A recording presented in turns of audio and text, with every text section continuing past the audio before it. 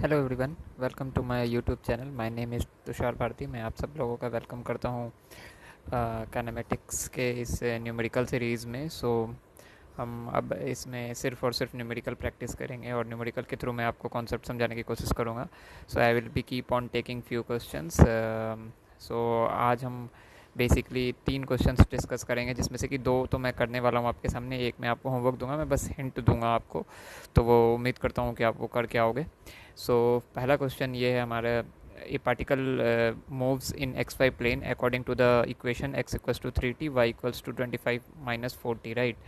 अब हमको बताना है कि what is the minimum distance of the particle in metre from the origin, both x and y are in metre. So x equals to 3t is given, y equals to 25 minus 4t, right. And it is saying that moving in x y plane. So अगर मैं इसको इसको x मानूँ और इसको Y मानूँ, तो x is 3t, late से कि यहाँ पे 3t है, और y is 25 minus 4t। So y यहाँ पे कहीं पे 25 माइनस 4t है, राइट। तो x को अपन हम 3t आई कैप लिख सकते हैं, y को 25 माइनस 4t जे कैप लिख सकते हैं। तो एक्स वाई प्लेन है। मैं x और t नहीं बना रहा हूँ मैं, या नहीं तो y और t नहीं बना रहा, मैं x और y बना रहा हूँ। तो x equals to 3t, it means कि ये x एक्सेस पे लाई करेगा। उसी तरह से ये y equals to 25 minus 4t, it means कि समवेयर हियर। तो लेट्स से कि ये यहाँ पे कहीं पे ओरिजिन, अगर ये 0,0 है, तो यहाँ पे कहीं पे ये आपका नेट इसका पोजीशन होगा, राइट। ये जो होगा इसका नेट पोजीशन यहाँ पे कहीं होगा, ये नेट पोजीशन, राइट। अब हमको पता चल गया। तो मैं जो हूँ उसको नेट पोजीशन आर वेक्टर, जो कि फंक्शन ऑफ टी होगा, तो ये जो होगा आपका क्या होगा, आर वेक्टर टी होगा, which will be in the form of x and y के कंपोनेंट के, राइट। तो ये एक्स हो गया और ये वाई हो गया। तो आर वेक्टर जो हो गया which will be the function of t, it will be like this, 3t i cap plus of 25 minus 4t of j cap. मैंने कुछ नहीं किया, मैंने r vector as a function of t जो था, जो कि होगा, उसको मैंने x i plus y j cap लिखा, जहाँ पे कि एक्स क्या है 3t, तो एक्स की जगह पे 3t आई, वाई क्या है 25 माइनस 4t, तो 25 माइनस 4t जे कैप। तो अब मुझे बताना है कि ये मिनिमम पोजीशन क्या होगा ओरिजिन से, तो इसी को मेरे को बताना है। मेरे को पूछ भी रहा है what is the minimum distance of the particle from the origin. तो ओरिजिन से ये, तो ये आर टी मिनिमम क्या होगा, मेरे को ये फाइंड करना है। we need to find RT minimum, right, minimum. ये आर टी मिनिमम क्या होगा, तो मैं अगर इसका मॉड ऑफ आर टी निकालूँ, mod of r T vector, तो क्या हो जाएगा, क्योंकि मैं आई और जे से आई और जे से मेरे को वैसे भी डिस्टेंस निकालना है, तो मेरे को मैग्नीट्यूड चाहिए, डिस्टेंस बोल रहा है ये, तो आई नीड क्या, मैग्नीट्यूड। तो फॉर मैग्नीट्यूड मैं इसका आई और जे का क्या निकालूंगा, मैग्नीट्यूड। तो ये क्या हो जाएगा, root under 9t² plus of 25 minus 4t का होल स्क्वायर, राइट। मैं फ़िलहाल के लिए आर स्क्वायर टी अगर लिख लूँ, तो ये क्या हो जाएगा, 9t² plus of 25 minus 4t का होल स्क्वायर, राइट। अब मैं इसको अगर आर स्क्वायर टी को यहाँ पे लिखूँ, तो ये क्या हो जाएगा, 9t²। मैं इसको ओपन कर देता हूँ, तो ये 625 plus 16t² minus of 25 into 40 into 2, right. तो ये क्या हो गया, 9t² plus 16t² is 25t²। तो ये हो जाएगा 25t² plus 625 minus of 25 into 4 is 100 into 200t, right. अब मैं यहाँ पे 25 कॉमन निकाल लूँ, तो ये t² minus of t² minus of 8t plus of 25, right, ये हो जाएगा t² और yes 25 into 8 is yes t² minus 8t plus 25 is ये r² ऑफ t, राइट। तो आर टी क्या हो जाएगा मेरा, रूट अंडर ऑफ 25 ये t² minus 8t plus of 25, right, ठीक है। तो मैं अब यहाँ पे आर टी को लिख सकता हूँ 5 root under t² minus of 8t plus of 25। अब मैं इसको ये कर सकता हूँ कि मैं अब इसको फर्दर डिफ्रेंशिएट कर सकता हूँ, D R t upon d T क्या हो जाएगा, 5 अपॉन ये है, तो ये एक्सप्रेशन पूरा पहले डिफ्रेंशिएट होगा। तो 5t² माइनस 8t प्लस 25 की पावर 1/2 का डिफ्रेंशिएशन माइनस 1/2 इंटू, राइट। अब मैं इसके अंदर का डिफ्रेंशिएट करूँगा, तो 2t चेन रूल लगा रहा हूँ, माइनस ऑफ 8, राइट। अब मुझे ये मिल गया 5 upon T square minus 8t plus 25 का रूट अंडर, ये 2 को मैं कॉमन ले लिया तो ये यहाँ 2 आ गया, ये t माइनस ऑफ 4 आ गया, राइट। तो d r of t upon d t, ये r of t is nothing but a, मैं मैग्नीट्यूड मान रहा हूँ फिलहाल के लिए, तो आप इसको फिलहाल इस तरह से भी लिख सकते हो, ऐसा करके।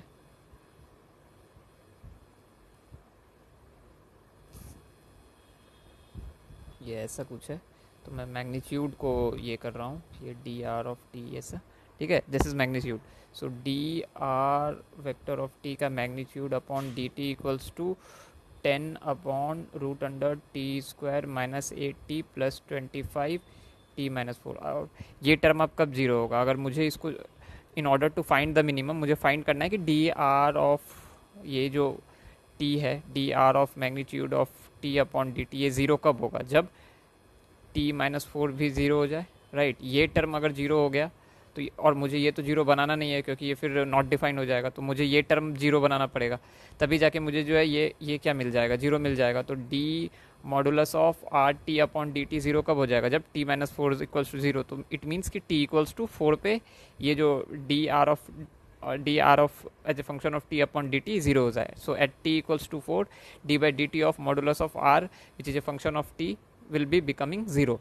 अब मैं t इक्वल्स टू 4 पे, ऑल्दो अगर आप इस पे अगर आप t इक्वल्स टू 4 यहाँ पे पुट करो, तो आप t इक्वल्स टू 4 को पुट करोगे तो आपको बेसिकली आपको वैल्यू मिल जाएगी। लेकिन हम अगर t इक्वल्स टू 4 के फर्दर डिफ्रेंशिएट करते हैं, ऑल्दो अगर हम इस वैल्यूज़ पे पुट करते हैं कि डबल डिफ्रेंशिएशन हो, लेकिन हमें देखने के लिए, जैसे कि अगर मान लो कि in order to get minima and maxima, अगर d two r upon d t, r which is a function of t, ये अगर आपका लेस देन जीरो आता है तो ये मैक्सिमा हो जाएगा, और d two r t upon d t अगर आपका ग्रेटर देन जीरो आ जाए तो मिनिमा आ जाएगा।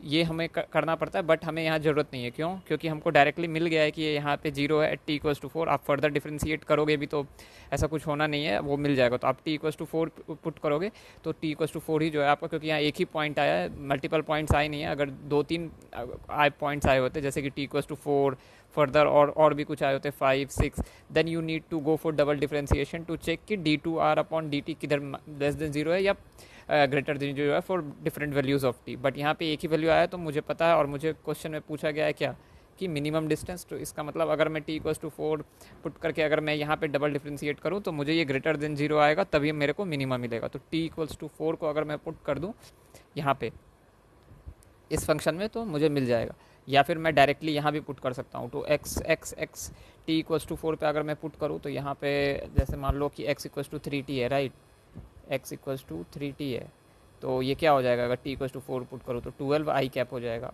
y इक्वल्स टू क्या हो जाएगा 25 माइनस 4t, यहाँ पे मैं t इक्वल्स टू 4 पुट करूँ तो 25 माइनस 16 j कैप, राइट। तो 25 minus 16 is nothing but 9 j cap. So x is 12 i cap and y is 9 j cap. So आपका डिस्टेंस क्या हो गया, root under of x square plus y square, it is nothing but 144 plus 81, right. So 144 plus 81 is 144, 81, 4 1 is 4, 415, 225. So it is root 225. Root 225 is nothing but 15 meter. So your answer is 15. I hope कि आपको समझ में आया होगा। मैं फिर से एक बार बता देता हूँ। मैंने यहाँ पे सबसे पहले 3ti लिखा, x को लिखा, और y को मैंने 25 माइनस 4tj लिखा। उसके बाद मैंने इसका मैग्नीट्यूड किया, उसके बाद मैंने डिफ्रेंशिएट किया। सिंस की डिफ्रेंशिएट करने के बाद मुझे ये d by D t of r जो है एक ही पॉइंट मिला, तो मुझे पता चल गया कि मुझे मिनिमम फाइंड करना है, तो ये मिनिमा ही देगा, मुझे डबल डिफ्रेंशिएट करने की जरूरत नहीं है। अगर 2-3 पॉइंट आए हुए होते तो मैं डबल डिफ्रेंशिएट करता, और अगर वो लेस देन जीरो आता तो मैक्सिमा देता, और अगर ग्रेटर देन जीरो आता उस t के वैल्यू के लिए तो वो मिनिमा देता। बट यहाँ एक ही पॉइंट आया है तो this will automatically going to give us minima. So t equals to 4 is the minima point. So मैं अब x और y पे t equals to 4 पुट कर दिया, तो x equals to 3t में मैं जब t equals to 4 पुट करूँगा तो x equals to कितना आ जाएगा 12y। सिमिलरली अगर मैं x t equals to 4 y में पुट कर दूँ तो ये कितना आ जाएगा 9j। तो इसका ये मैग्नीट्यूड क्या हो जाएगा, root under of x square plus y square, तो 144 plus 81 which is root under 225, root under 225 is 15 metre. So I hope कि आपको ये समझ में आया होगा। सो इसका आंसर 15 मीटर है, ठीक है। अब चलते हैं सेकंड क्वेश्चन पे। So second question is a rocket rises vertically up from the surface of earth, so that is distance from the earth surface is l equals to ct square. So मुझे ये function दिया हुआ है l equals to ct square where c is constant so l जो है आपका distance बता रहा है, distance covered by rocket, distance covered by rocket, ठीक है। और टी जो है आपका टाइम है, और सी जो है कांस्टेंट है, ठीक है। यहाँ पे क्या है, so that it's distance from the earth surface is, so l is defining distance, c जो है कांस्टेंट है। After 10 second rocket, after 10 second आपका एल कितना हो गया, 2 kilometre, which is 2000 metre, okay, ठीक है। डिटरमाइन इट्स, मेरे को पता है कि आफ्टर 10 सेकेंड एल जो है 2 किलोमीटर हो गया, विच इज़ 2000 मीटर। तो मैं अगर मैं एल को यहाँ पे 2 किलोमीटर पुट कर दूँ और टी 10 सेकेंड पुट कर दूँ तो मेरे को सी का वैल्यू मिल जाएगा, राइट। तो मैं 2000 यहाँ पे पुट करके सी इंटू 10 अगर पुट कर दूँ तो T square is nothing but 10 का स्क्वायर, राइट। तो 2000 इक्वल्स टू सी इंटू 100, सो ये डबल ज़ीरो कट गया तो सी इक्वल्स टू 20 आ गया, राइट। सी इक्वल्स टू 20 आ गया। अब मुझे पता है कि l equals to c t square है। अगर मैं d l upon d t करूँ तो मुझे क्या मिल जाएगा, 2 सी टी मिल जाएगा। और मैं ये क्या हो गया आपको वेलोसिटी, अगर मैं इसको फर्दर डिफ्रेंशिएट करूँ d v upon d t तो ये क्या हो गया, 2 सी हो गया, which is nothing but an acceleration. And c क्या है, कांस्टेंट है, सी इज़ कांस्टेंट, तो 2 सी भी क्या होगा, कांस्टेंट। तो इसका मतलब एक्सेलरेशन इज़ कांस्टेंट।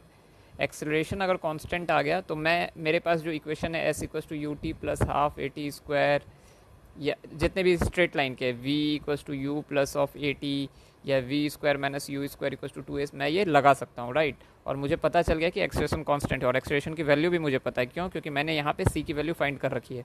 तो a इक्वल्स टू 2c है, तो a इक्वल्स टू क्या हो गया, 40 metre per second square, right. अब मैं, मुझे बताना है determine it speed in metre per second at that moment. और ये क्यों स्ट्रेट लाइन की इक्वेशन में लगाऊंगा, क्योंकि ये बोल रहा है कि ये सिर्फ वर्टिकली अप जा रहा है। तो vertically up means it is going to travel in a straight line, सिर्फ इस डायरेक्शन में, राइट। उससे बाकी ये कहीं नहीं जा रहा, ये प्रोजेक्टाइल नहीं कर रहा है, या फिर 2 डायमेंशन में नहीं जा रहा, ये सिंगल डायमेंशन में motion in a straight line है, सिर्फ वर्टिकली अप। तो अब मैं ये लगा सकता हूँ, तो एक्सेलरेशन मेरे को मिल गया 40 मीटर पर सेकेंड स्क्वायर, ठीक है।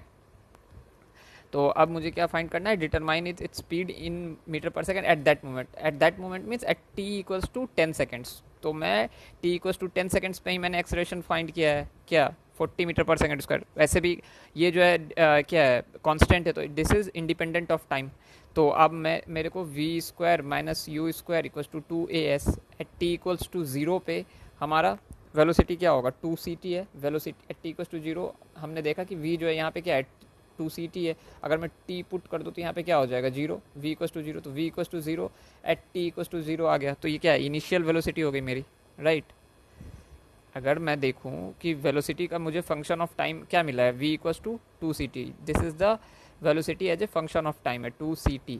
तो मैं t इक्वल्स टू 0 पे अगर मैं देखूँ तो ये क्या हो जाएगा, 0 हो जाएगा। तो अब मेरे को फाइंड करना है v square minus u square equals to 2as। तो मैं अगर यहाँ पे u मेरे को क्या मिल गया, 0, तो वी स्क्वायर इक्वल्स टू क्या हो गया, 2 इंटू ए कितना है, 40 इंटू एस कितना है आपके पास, s is nothing but 2 kilometre, तो 2000, राइट। तो ये कितना आ गया आपके पास, v square equals to 4 two 8, 8 two 16, तो 16 इंटू 10 की पावर 4 वी स्क्वायर आ गया। तो वी कितना आ गया, 4 into 10 square, which is nothing but 400 metre per second. I hope कि आपको समझ में आया होगा,